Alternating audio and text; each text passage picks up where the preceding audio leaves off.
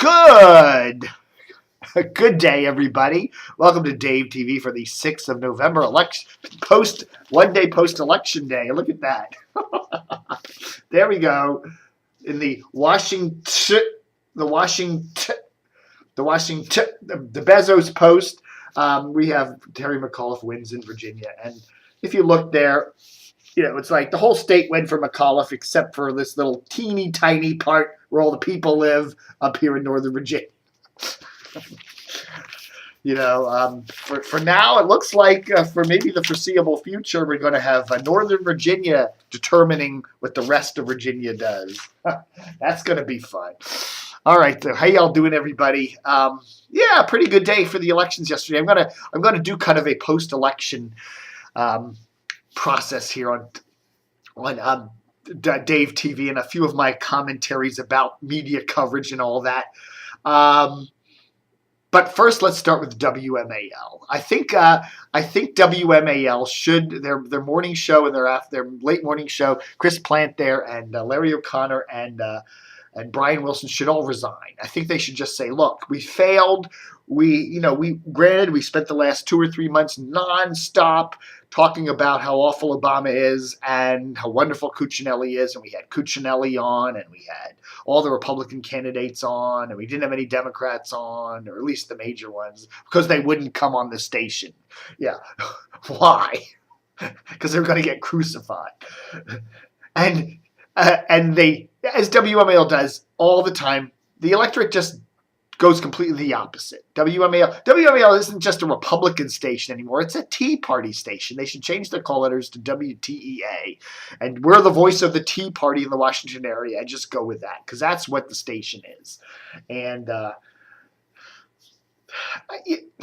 you look at the Northern Virginia counties of Arlington and Fairfax and Loudoun and Prince William, and they all went rather substantially for McAuliffe. I mean, Arlington, as expected, went overwhelmingly for McAuliffe, and Fairfax County went 2-1 for McAuliffe.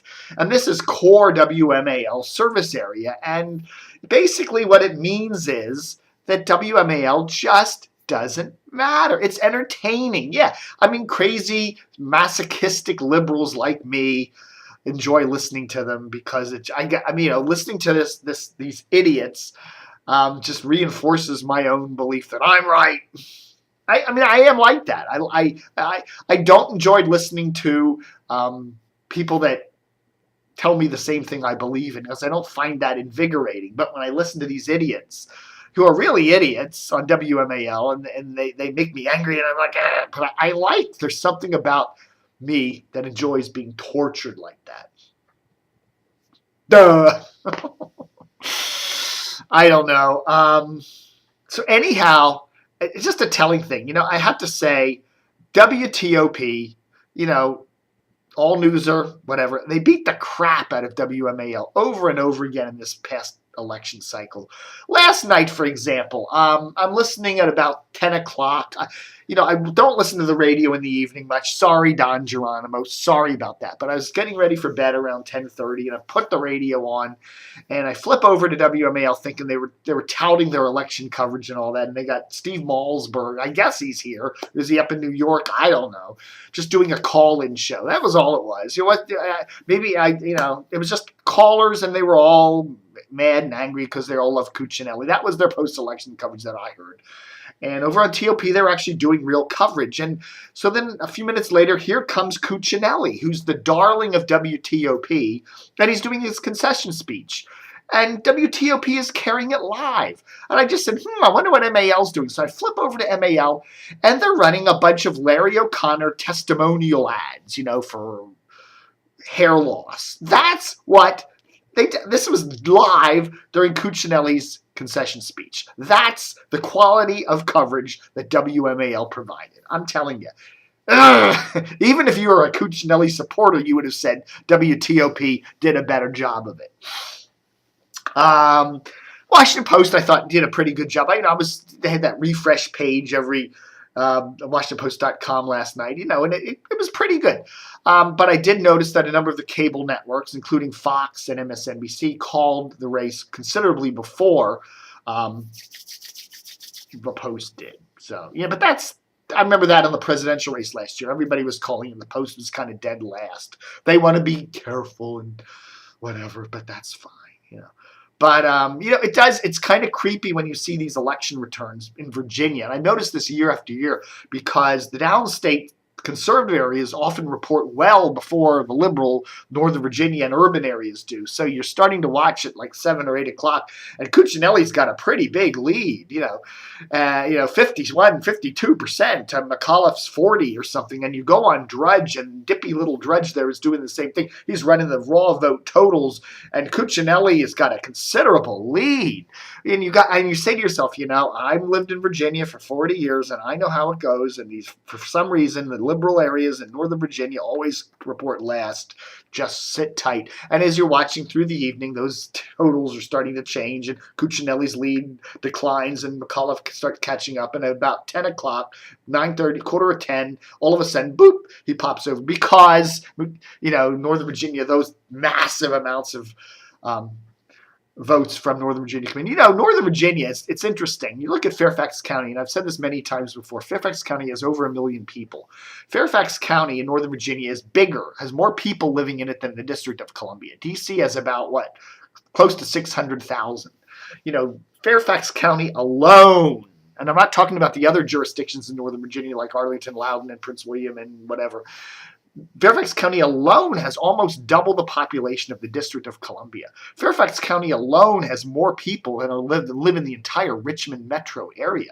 It's a huge population area. Then if you add Loudoun and Prince William and all the other counties in Northern Virginia, it's amazing. It's still amazing to me that we don't dominate politics in the state more. We don't. We still don't. We're now getting McAuliffe is a Northern Virginia, and even Cuccinelli was a Northern Virginia candidate. He was, what is he, raised in McLean and lived in, ran for the state Senate in that Fairfax County district and now lives in Prince William. So so you have these two Northern Virginiaites. I guess you could say Terry McAuliffe is a Northern Virginia. He's lived here for 20 years. He's, very definitely that Chicago accent there. But so anyhow, that's that. So I really do think that dear old WMAL should just call it quits. We don't matter. I say this over and over again. They need to start spending a little bit of time being a little less screaming and yelling and a little more thoughtful. The fact that none of the top Democrats in the Virginia ticket this year, including McAuliffe, would do an interview with them. They're making that sound like that's a condemnation of the candidates. That's a condemnation of themselves. The fact that the candidates won't talk to WMAL, there's something wrong with WMAL. They need to start putting a little bit of the C word in there. I'm not talking about that C word. The C word is credibility. They need to start working on making their radio station a little more credible. It does, as I've said many times, it doesn't mean they can't lean to the right. They can't have right-wing talk show hosts. That's fine. But the station lacks. It's desperately lacking a sense of credibility. I think their morning show, they try to be outrageous and they try to get, we got a Drudge link. But they're missing the boat. It's a joke. This is a smart audience in Washington. The people are clued in. A lot of them work for the government, and the station, it's advertising. You got to say people are listening to WMAL like me and going, what a bunch of idiots, and what a bunch of idiot sponsors they have. Oh my God. Now in the the 6+ numbers, MAL is like top, it hits top 10, the number 10 spot. And I guess that's good. But then you look at the, 25-54 numbers and they're 16th place, down there with JFK, morning show 14th place in the 25-54 money demo numbers. Their afternoons, okay, Rush does get up to 8th, but then 12th place in afternoons with Hannity, who will soon be gone. 19th place in the evenings and 25th place on the weekends. That's just okay. It's not great. At least they're beating the old Mix 107.3, which, which was 19th place, even worse. Cumulus has got some problems.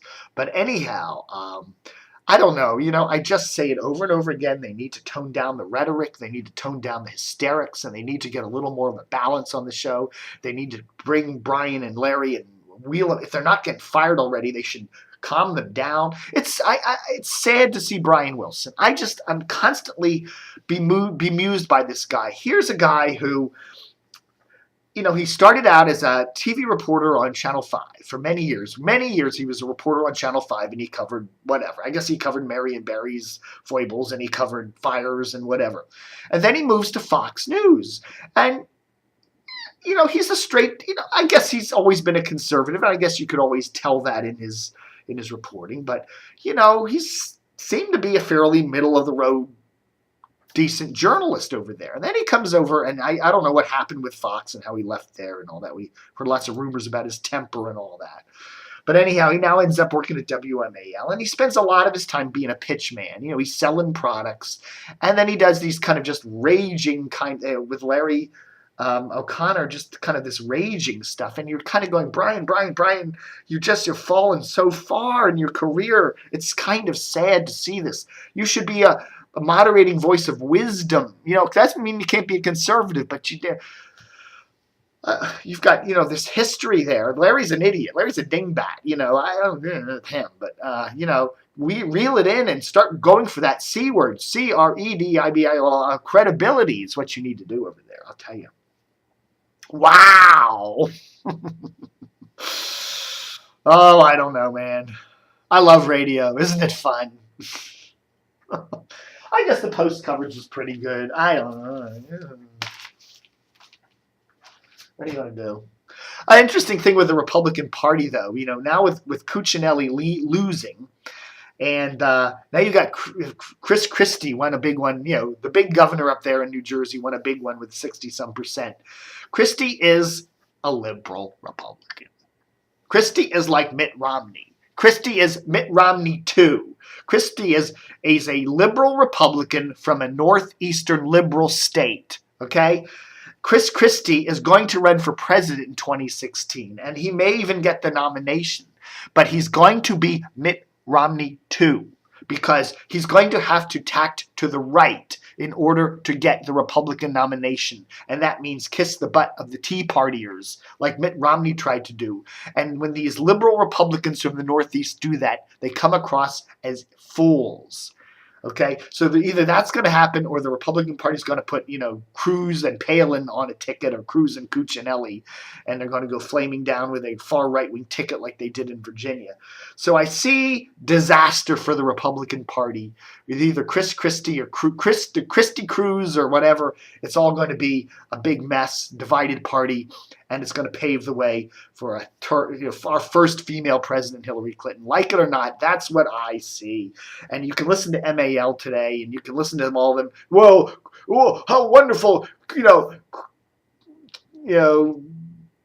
almost won. He came from down 10 points, 15 points, and he only lost by 2 or 3. Well, yeah, right, but it's still a loser. WMAL. That L is for loser. You're a loser, baby. You should be playing. That is their bumper music, that old Beck tune. I don't know. Just wanted to get my little feel better now. I feel better now. And the other thing you're not hearing on MAL is it looks like Democrats have taken all 3 top offices in Virginia. Not only did they win the governorship, they won the lieutenant governorship.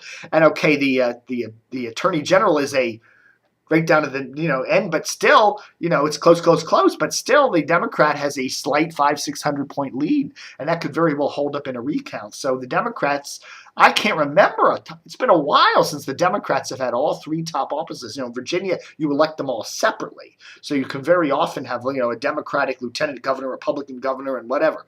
So it's going to be interesting to see what happens. But nobody's mentioning that, are they? Are there? All right, folks. Thanks so much to Dave TV for this post-election coverage on the 6th of November, 2013. Book 'em, Dano.